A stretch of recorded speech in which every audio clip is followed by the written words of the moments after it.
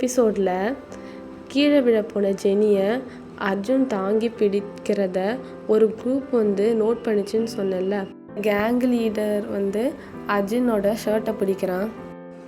நான் தான் Sham group of கம்பெனியோட ஓனரோட பையனா.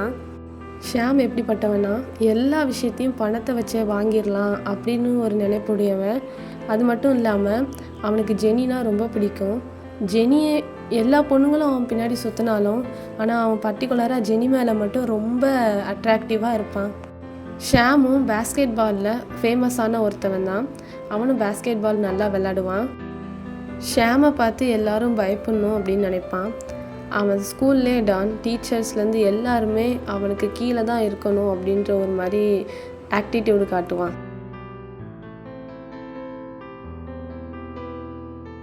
இப்போ நீ என்ன பண்ண?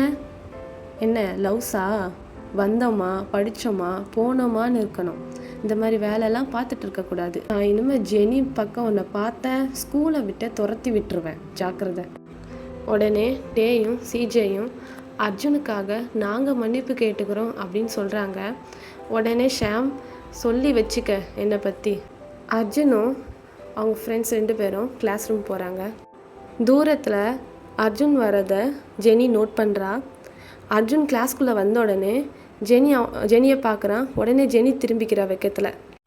உடனே அர்ஜுன் ஜெனி டேபிள் கிட்ட அவள் டேபிள் மேலே கை வச்சு ஹாய் அப்படின்னு சொல்கிறான். உடனே ஜெனியும் ஹாய் அப்படின்னு சொல்லிட்டு வெக்கப்படுறான்.